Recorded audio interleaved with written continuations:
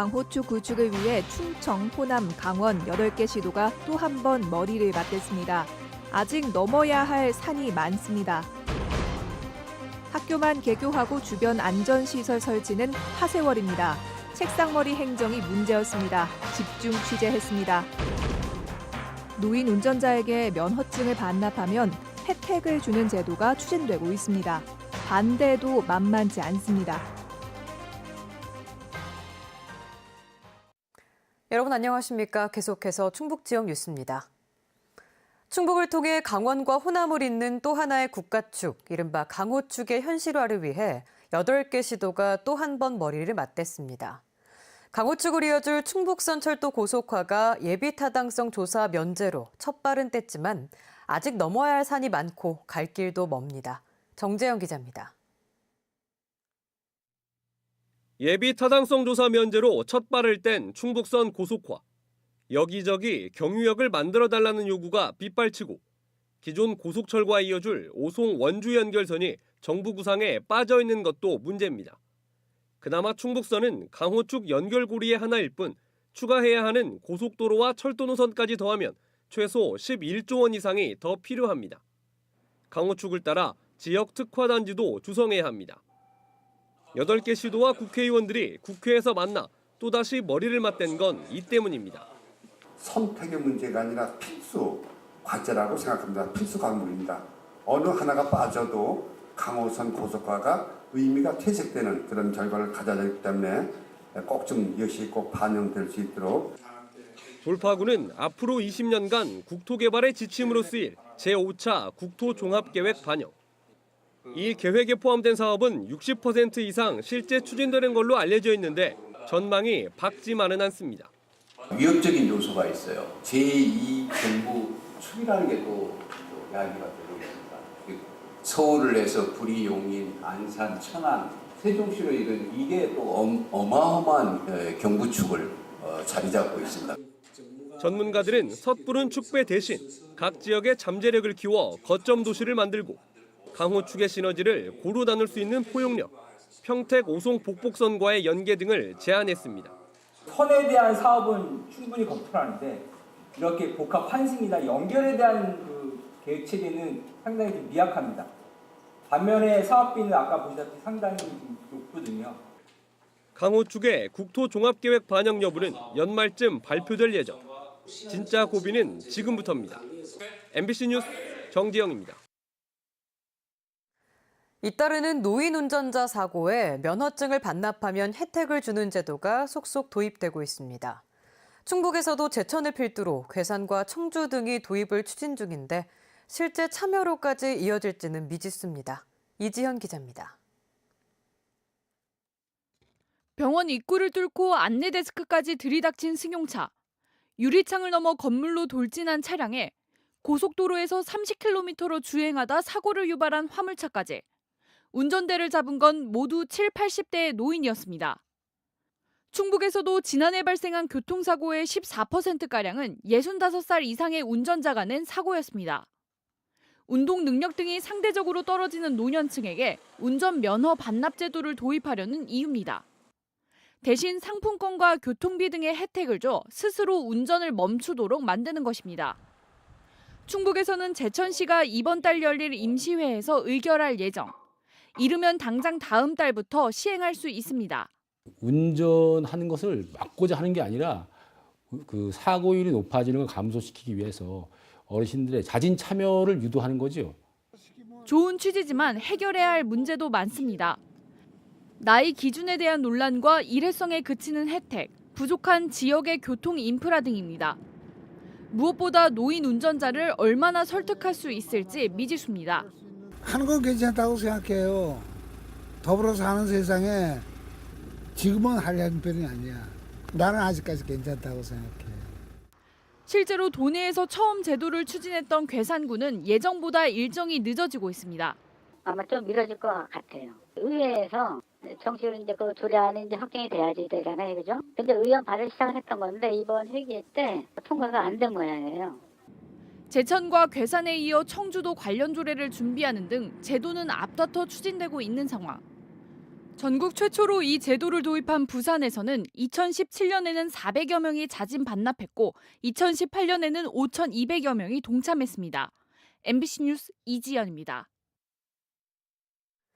이번 달부터 저소득층 노인 기초연금이 월 30만 원으로 인상됩니다.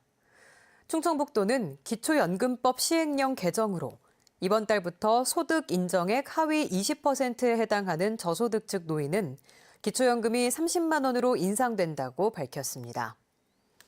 기초연금 30만 원 지급 대상은 오는 2021년까지 모든 기초연금 수령자로 확대될 예정입니다.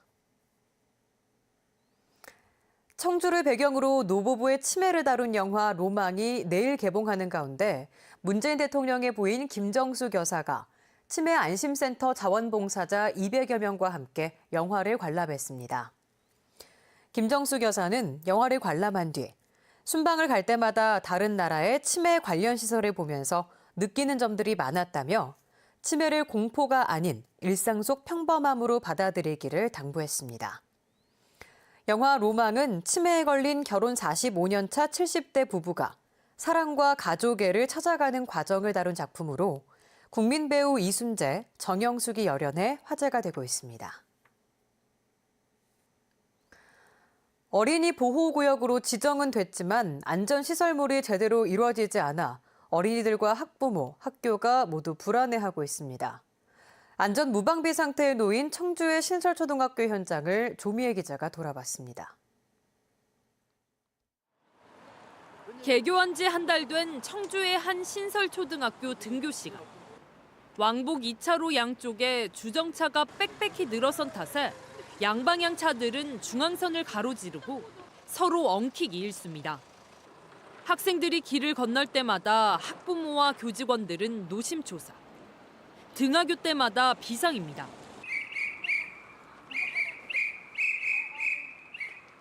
애들이 건너면서도 차가 이렇게 있으니까 보이지가 않잖아요. 이제 오늘 오고 가고 하는 차가. 그러니까 위험한 데죠, 아주. 과속 방지턱이나 속도 제한 등 보호구역 안내판은커녕 신호등도 없습니다. 지난해 바로 옆 학교에서 등굣길 사고로 4명이 크게 다친 일도 있었지만 경각심은 그때뿐. 어린이 보호구역 설치는 계속 미뤄져 올 상반기 내에 될지도 미지수입니다. 선생님들 그대로 나가시고 저희가 좀 집어가지고 기독수는 구청에게도 교사선생에게 교사들도 나에게 하고 다음 달 개교 예정인 청주의 다른 초등학교도 사정은 비슷합니다. 학교 앞엔 신호등과 속도 제한 표시판이 설치돼 있지만 학생들이 다니게 될 동선을 따라가 봤더니 이야기는 달라집니다. 학교 주변 아파트 단지 밀집 지역. 남녀노소 할 것 없이 길을 건널 때마다 아슬아슬한 상황이 연출됩니다.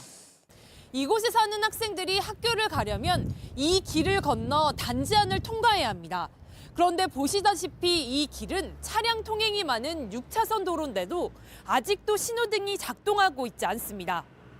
청주시는 주변 정비가 제대로 이루어지지 않았는데도 전체 준공 승인을 내줬습니다. 신호가 없는 상태에서 아이들이 여기를 지나서 학교를 등교를 해야 돼요. 5월 달부터. 되게 위험한 상황이죠. 신설 초등학교들의 위험천만한 주변 환경이 사고 위험을 키우며 학부모들의 불안은 커지고 있습니다. MBC 뉴스 조미애입니다. 통상적으로 개교는 몇 년 전부터 계획되고 어린이 보호구역 지정도 사전에 이루어집니다. 그런데 왜 이런 안전 무방비 상태가 벌어지고 있는 걸까요? 바로 책상머리 행정이 문제였습니다. 이어서 김영일 기자의 보도입니다. 개교한 지 한 달이 됐는데도 전혀 주변 정비가 이루어지지 않은 초등학교. 지난해 12월 말 어린이 보호구역 신청서가 접수돼 예산은 확보됐고 지정도 이루어졌습니다. 그런데 왜 아직 달라지지 않았을까? 청주시는 신규 어린이 보호구역 대상학교뿐 아니라 보안학교까지 한꺼번에 설계 발주를 넣다 보니 지연이 됐다고 해명했습니다. 향후에는 시급한 곳이 있으면 우선적으로 발주할 수 있는 방안을 마련해서 어린이 교통안전 확보에 만전을 기하겠습니다. 주민 편의보다 행정 편의를 우선한 것도 모자라 학교와 학부모들의 우려를 알면서도 주정차 단속조차 아예 손을 놓고 있습니다. 개교를 앞둔 다른 초등학교 주변 환경 정비도 마찬가지입니다. 청주시는 아파트와 건설업체 요청에 따라 도로 등 안전기반 시설이 갖춰져 있지 않았는데도 전체 준공 승인을 내줬고, 심지어 입주자 대표 권한도 없는 입주예정단체에 도로와 부족한 기반 시설로 인한 불편도 감수하겠다는 문서까지 요구했습니다.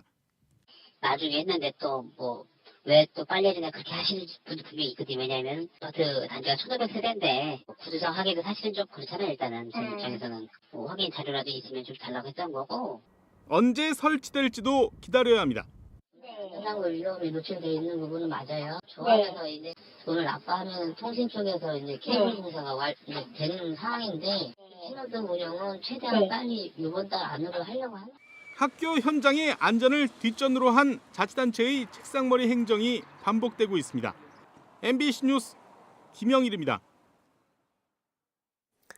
충주시가 스포츠 피싱 활성화에 나섰습니다.